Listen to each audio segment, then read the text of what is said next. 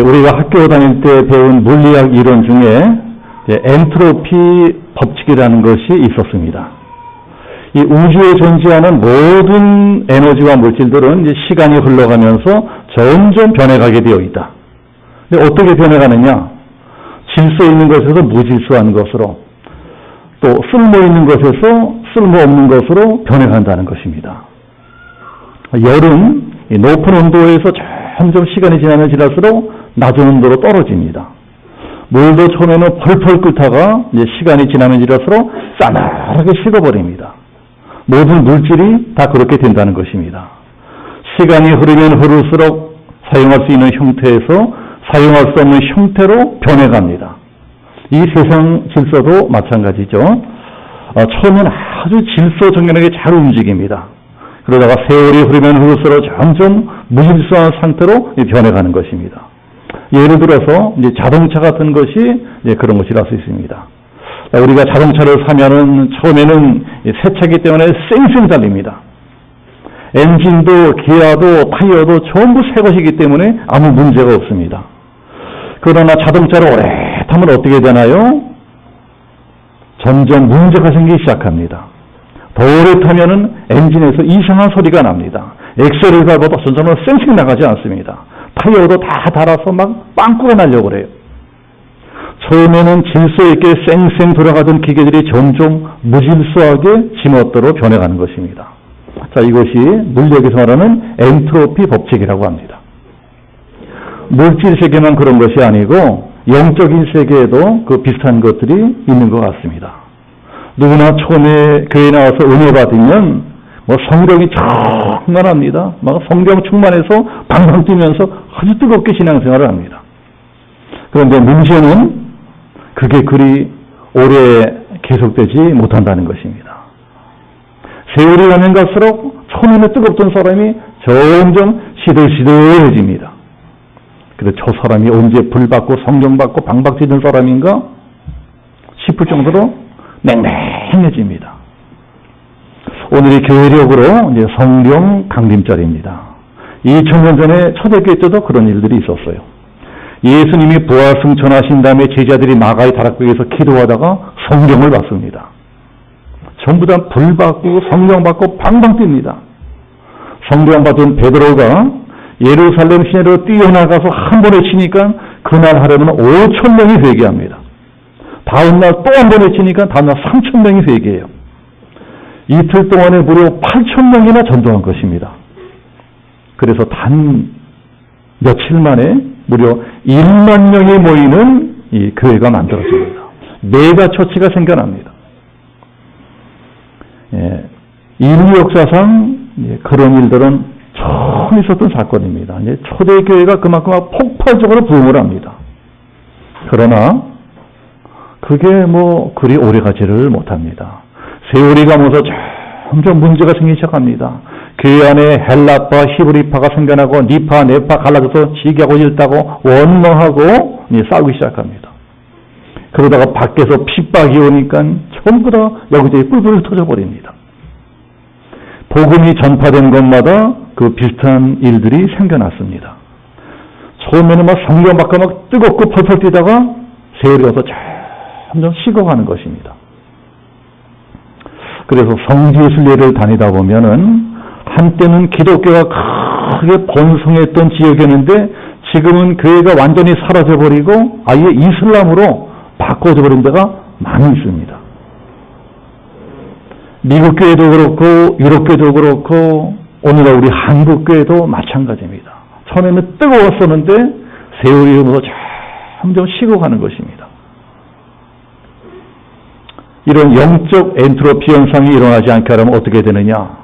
우리들이 계속 성경 충만을 구해야 됩니다. 계속 성경 충만을 구해야 돼요.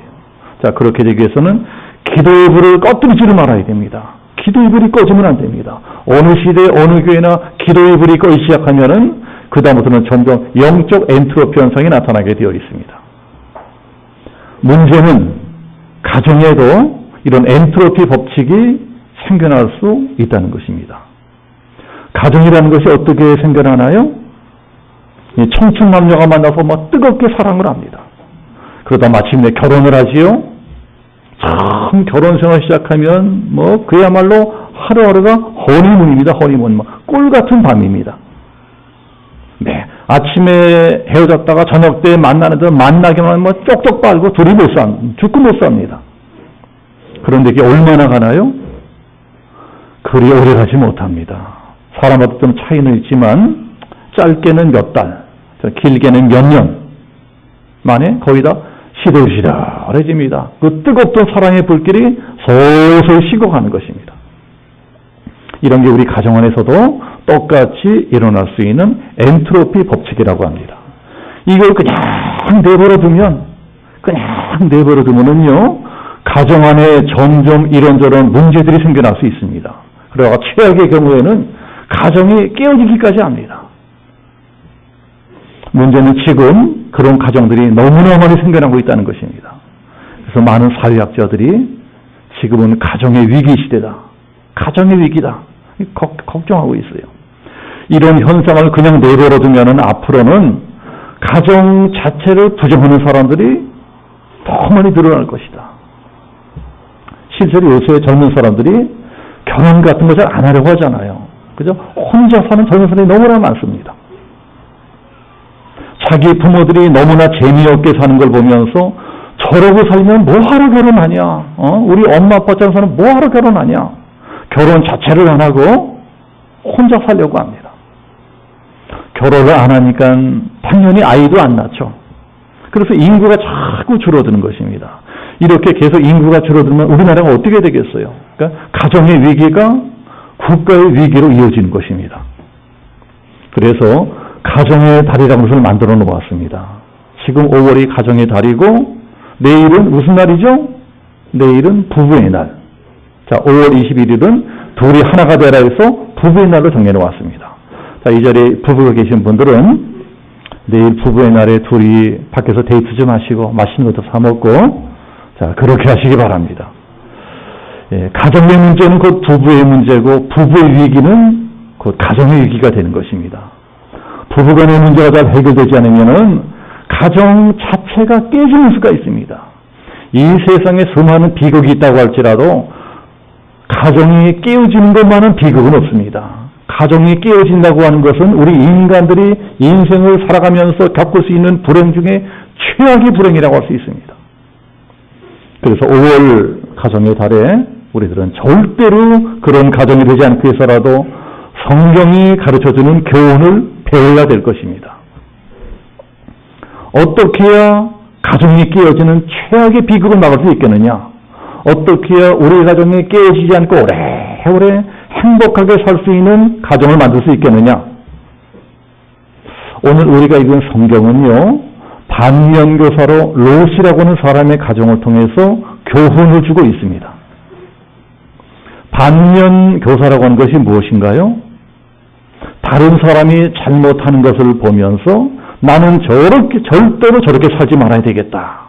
이 교훈을 얻는 것입니다. 성경이 너희는 절대 저런 가정이 되어서는 안 된다. 반면교사로 교훈해주는 가정이 롯이라고 하는 사람의 가정입니다. 너희들은 절대로 롯의 가정처럼 되면 안 된다. 그렇다면 도대체 롯이라고 하는 사람의 가정이 어떤 가정이었기에 성경이 절대로 그런 가정처럼 되면 안 된다 꼭 경고를 하고 있을까요? 롯이라고 하는 사람은 우리가 잘 아는 대로 이제 창세기에 나오는 아브라함의 조카입니다. 훗날에 믿음의 조상이 된 아브라함이 갈대우르로 떠날 적에 롯도 아브라함을 따라서 같이 떠나갔습니다.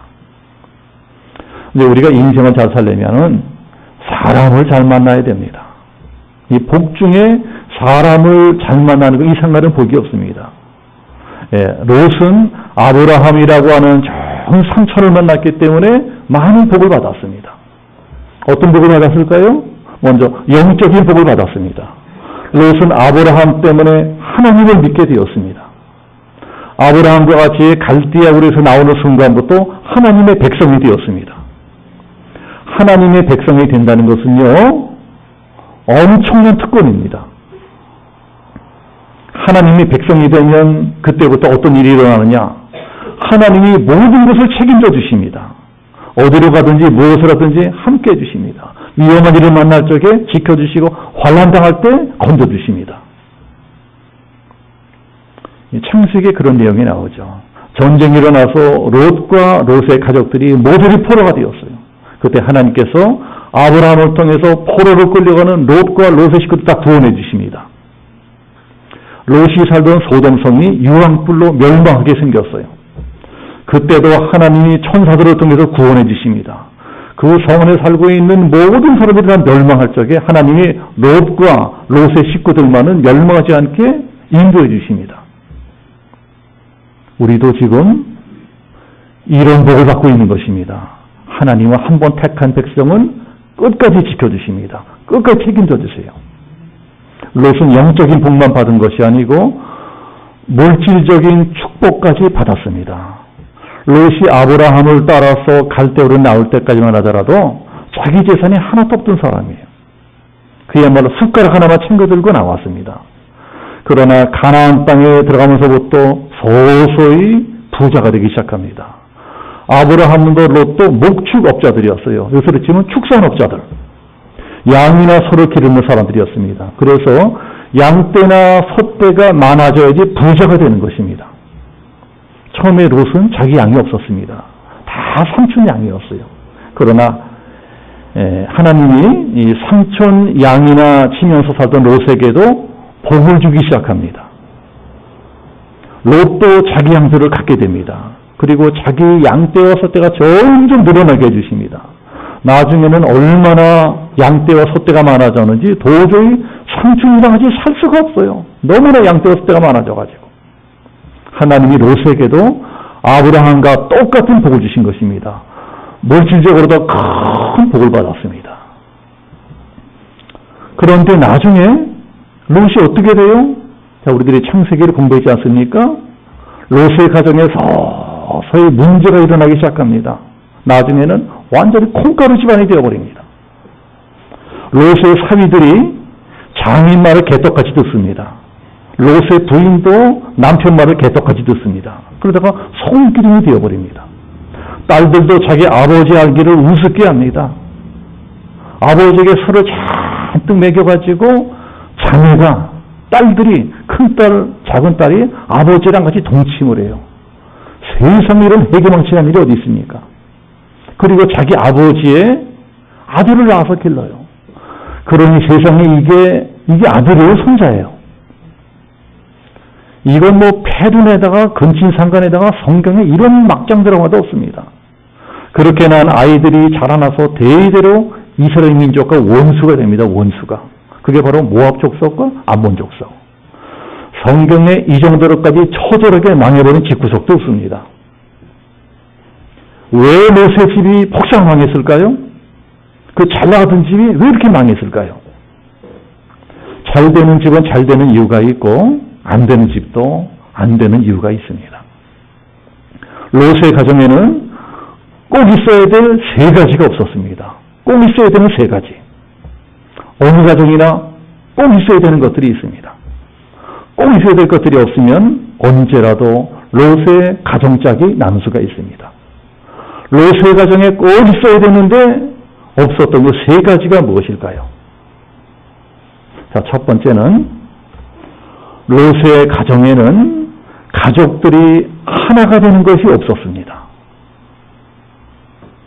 롯의 집안 식구들은 총 6식구였습니다. 롯하고 롯의 아내, 그리고 부부가 낳은 2딸, 그리고 2딸과 정혼한 2명의 사위, 이렇게 남자 3명, 여자 3명, 총 6명이 롯의 식구들이었어요. 그러니까 고대 세계 집안치고는 단촐합니다. 롯이 부자였죠. 또 나름대로 출세도 했어요. 그런 사람이었는데도 다른 사람들처럼 부인을 여러 명 거느리거나 처불두거나 그러지도 않고 일부일초예요. 일부일초. 아주 모범적으로 아내 한 사람하고만 잘 살았습니다. 또 아들이 없이 딸만 둘 낳았는데도 뭐 아브라함처럼 내가 아들을 낳아가지고 대를 잇겠다 이러지 않고 첩질하지 않고 딸이면 어떠냐? 딸 둘 낳은 것으로 만족하고 잘 살았습니다. 겉으로 보기에는요 굉장히 잘된 가정이에요. 그러니까 문제는 무엇이냐? 가족이 영적으로 하나가 되지 못합니다. 이게 치명적이었습니다. 롯이 자기 하나는 잘 믿었는데 정작 다른 식구들은 신앙이 개판이었습니다. 하나님께서 소돔성을 멸망시키려고 천사를 보내셔서 가르쳐 주십니다. 롯아, 내가 이제 조금 있다가 이 성을 유황빌로 멸망시킬 것이니 너 빨리 네 너들 식구들을 데리고 이 성을 빠져나가라. 그래서 롯이 얼른 사위들에게 뛰어가서 이 사람들아, 빨리 성을 빠져나가야 돼. 이 성을 하나님이 유황불로 멸망시키신데 어서 나를 따라와. 이러는데도 사위놈들이 장인 말을 농담으로 여깁니다. 자, 14절 말씀 보면 그의 사위들은 농담으로 여겼더라. 장인어른 말 듣기를 개떡같이 듣는 것입니다. 장인어른들을 우습게 하는 거예요. 사위들이 다 불신자들이었기 때문에 그렇습니다. 아니 그동안 사위들도 하나 전도하지 못해 뭐 했어? 사위들뿐만이 아니고 평생 같이 산 마누라도 마찬가지입니다. 남편 말을 개떡같이 합니다. 롯이 빨리 도망가야 된다고 난리치는데도 이놈의 영감탱이가 뭔 소리야. 우리가 세상에 이 성에 들어서 얼마나 고생고생해서 아파트도 사고 땅도 사고 이랬는데 왜 이걸 다 버리고 해야 되는 거예요? 마누라도 남편 말 듣지 않아요. 딸들도 마찬가지입니다. 딸들도 아버지 알기를 우습게 합니다. 할 수 없이 천사가 롯의 가족을 손에 막 강제로 잡아 끌고 밖으로 나옵니다. 빨리 나와라. 신신당부합니다. 절대로 뒤돌아보면 안 된다. 뒤돌아보면 죽는다. 절대 뒤돌아보지 마라. 그러는데도 천사가 하는 말도 듣지 않아요. 아이고 우리 집 다락에 꼽을 쳐놓은 은금, 폐물들, 금부치들, 적금통장, 증권 주식 하나도 못 챙겨 나왔네. 저거 다 타버리기 전에 빨리 가서 건져야 되겠네.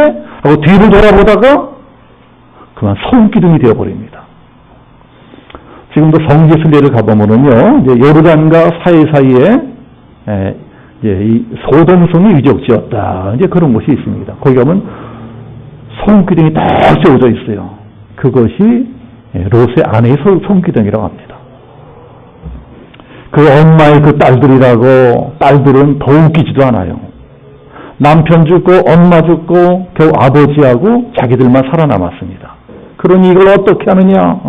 이제 세상 남자들은 다 죽어버렸으니 우리가 남자 없이 어떻게 사느냐? 우리가 어떻게 아이를 낳느냐? 우리 아버지도 남자니까 우리 아버지랑 살아야 되겠다. 그리고 아버지에게 술을 잔뜩 먹입니다. 아버지가 술이 떡이 되게 취하니까 언니가 먼저 아버지랑 잡니다. 큰딸이 아버지랑 동침을 합니다. 그 다음 날은 작은 딸이 아버지랑 같이 잡니다.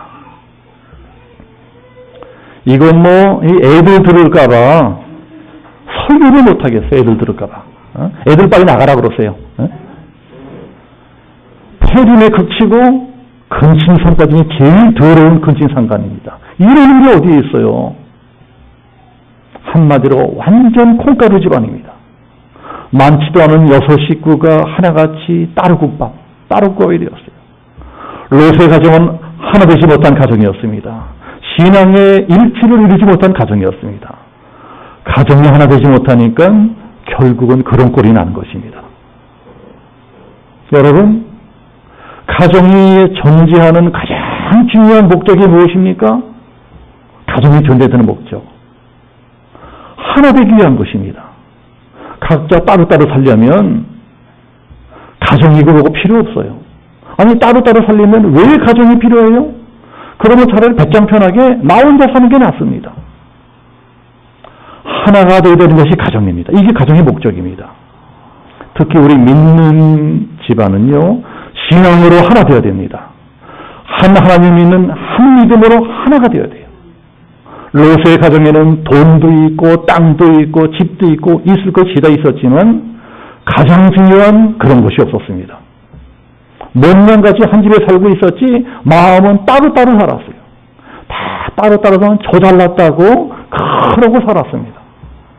그런 가정은 반드시 끝이 좋지 않게 되어 있습니다.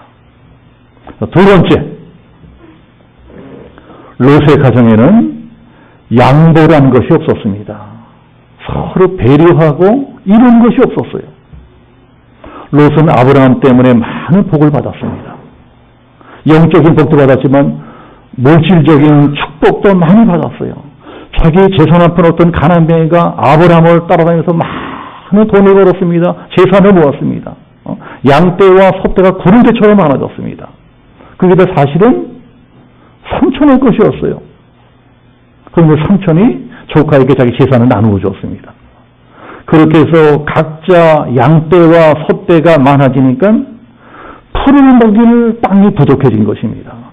그래서 아브라함의 목자들과 롯의 목자들이 서로 싸움이 벌어집니다. 내가 먼저 내게 된다. 이건 우리 땅이니까 내가 먼저 내게 된다.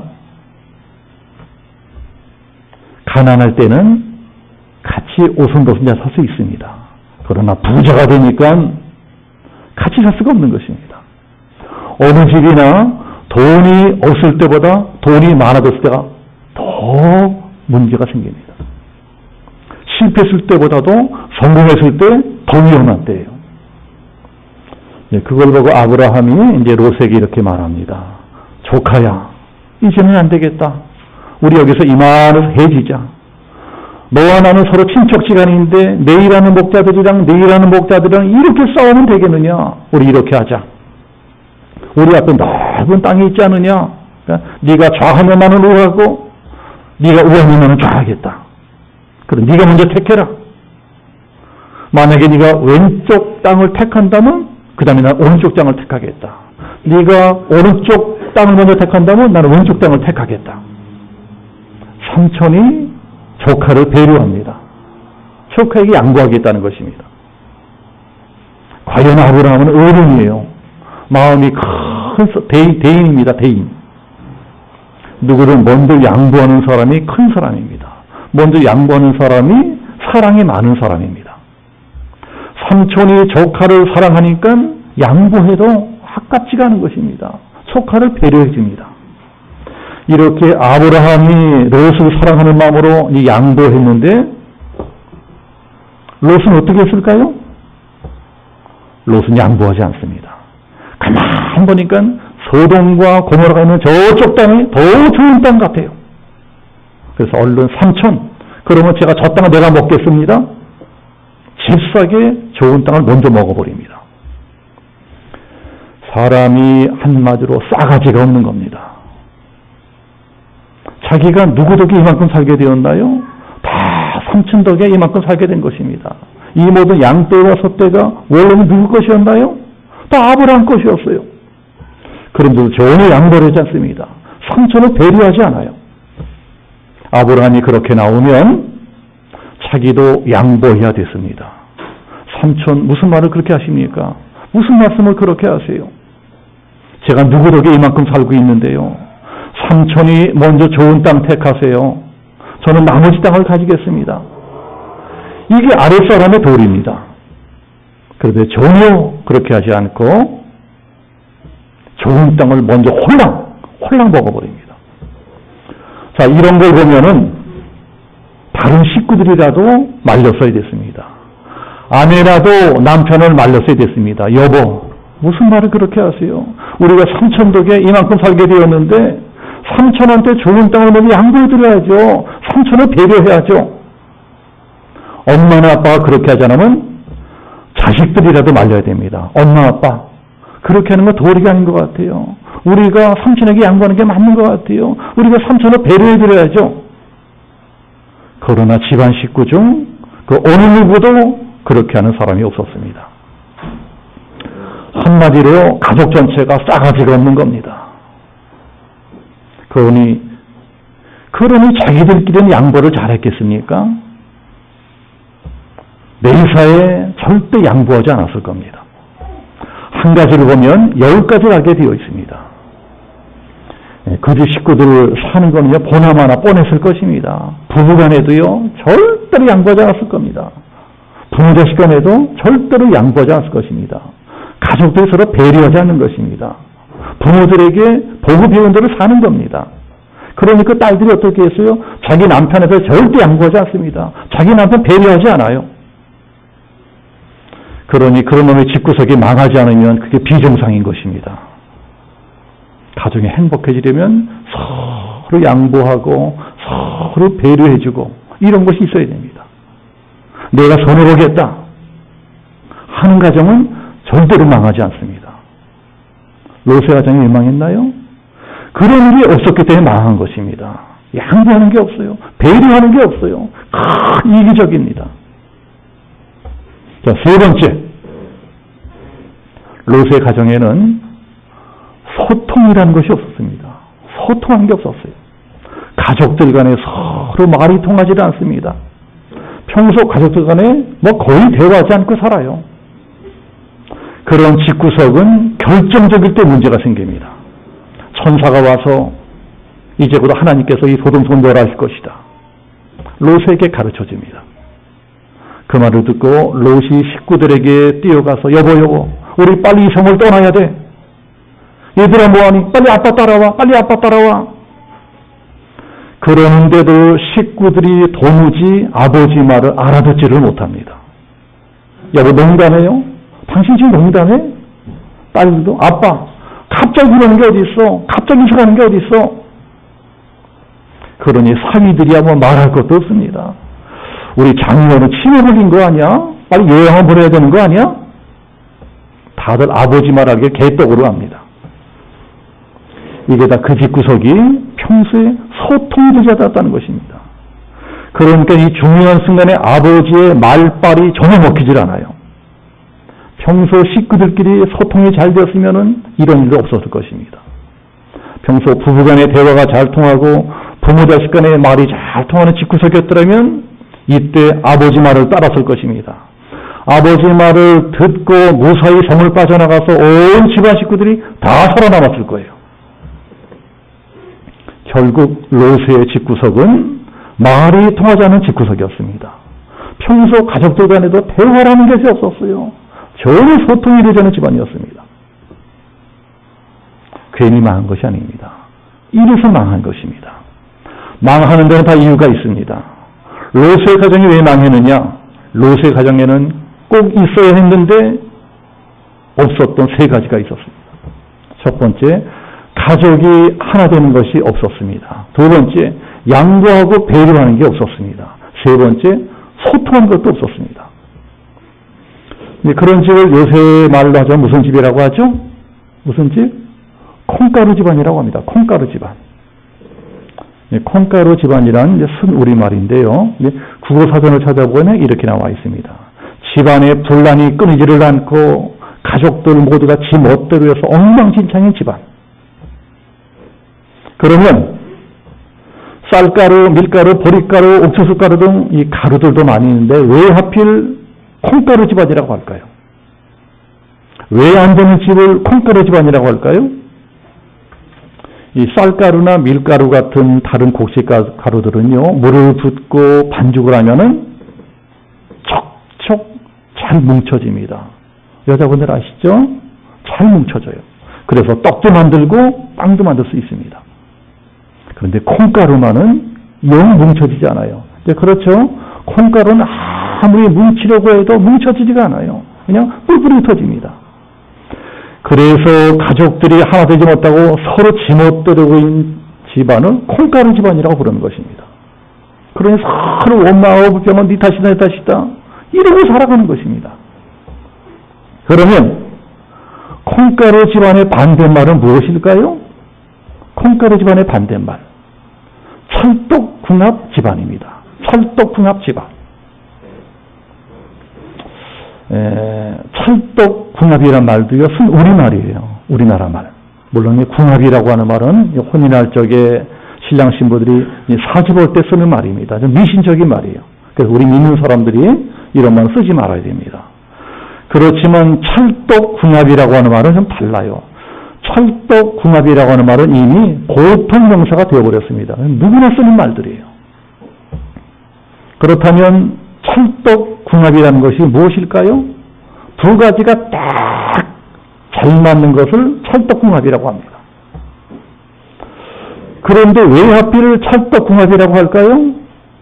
좁쌀도 있고 수수도 있고 옥수도 있고 그런데 왜 하필 찹쌀로 만든 떡에 이 비유를 했을까요? 보통 떡은 이제 맵쌀로 만드는데 찹쌀로 만들면 훨씬 찰기가 있어져서 쫀득쫀득해집니다. 자, 우리 권선생님들 아시죠? 찹쌀로 만든 떡은 바구니에 집어넣으면은요, 바구니 안에서 저희들이 찰싹 달라붙습니다. 하도 찰싹 달라붙어 떨어지지 않기 때문에 그걸로 뭐 인절미 같은 떡을 해 만들어 먹으려면 콩가루를 묻혀서 띄어내잖아요. 그렇죠? 콩가루 묻혀 띄어냅니다. 콩가루는 따로따로 떨어뜨리는 성질이 있기 때문에 콩가루 묻혀서 뜯어내면 뜯어집니다. 그래서 따로따로 넣는 집구석을 콩가루 집안이라고 하는 것이고 찰싹 달라붙어서 절대 떨어지지 않는 집안을 찰떡궁합 집안이라고 하는 것입니다. 찰싹 달라붙어서 절대 떨어지는 부부를 찰떡궁합 부부라고 합니다. 그래서 어떤 부부가 좋은 부부고 어떤 집안이 좋은 집안이에요? 찰떡궁합 부부가 좋은 부부고 찰떡궁합 집안이 좋은 집안입니다. 그러니 우리들은 다 그런 찰떡궁합 집안이 되어야지 절대로 콩가루 집구석에 대해서는 안 되겠습니다. 다가 저 따라서 큰 소리로 한번 해봅시다. 저 따라 큰 소리로 찰떡궁합 집안이 됩시다. 시작. 옆 사람 쳐다보시고 옆 사람이 내 남편 안에 생각하고 찰떡궁합 부부가 됩시다. 시작.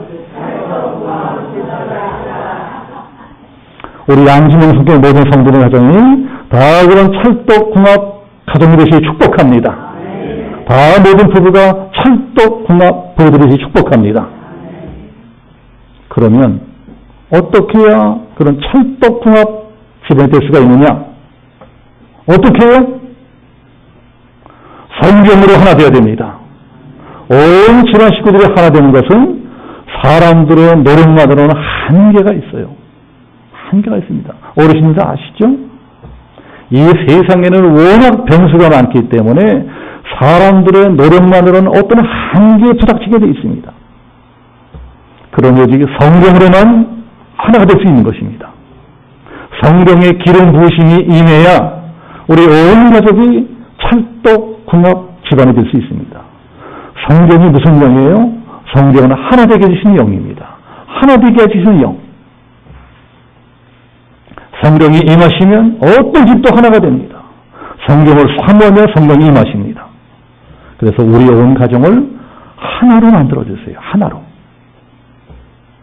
그래서 가족 전체가 예수 믿으셔야 됩니다. 여러분. 가족 전체가 예수 믿어야 됩니다. 나만 믿으면 안 돼요. 우리 가족 모두가 하나님을 잘 믿으셔야 됩니다. 안 믿는 우리 식구들 어서 예수 믿게 해달라고 기도하셔야 될 것입니다. 어서 교회 데리고 나오셔야 돼요. 그러면 성경이 우리 집을 하나 되게 해주십니다. 하나 되게 해주시는 성령께서 우리를 하나 되게 하세요. 복된 가정으로 만들어주십니다. 비록 콩가루 집안 같은 집구석이라 할지라도 성령이 우리 집안에 임하시면 우리 집도 얼마든지 찰떡궁합 가정이 될 수 있다. 자, 이거 믿으시는 분들만 큰 소리로 아멘 하시 축복합니다. 오늘 성경 강림 주일에 우리 양심양숙의 모든 가정이 성경으로 하나 되고 성경으로 찰떡궁합 가정 되시기를 예수님의 이름으로 축복합니다. 아멘.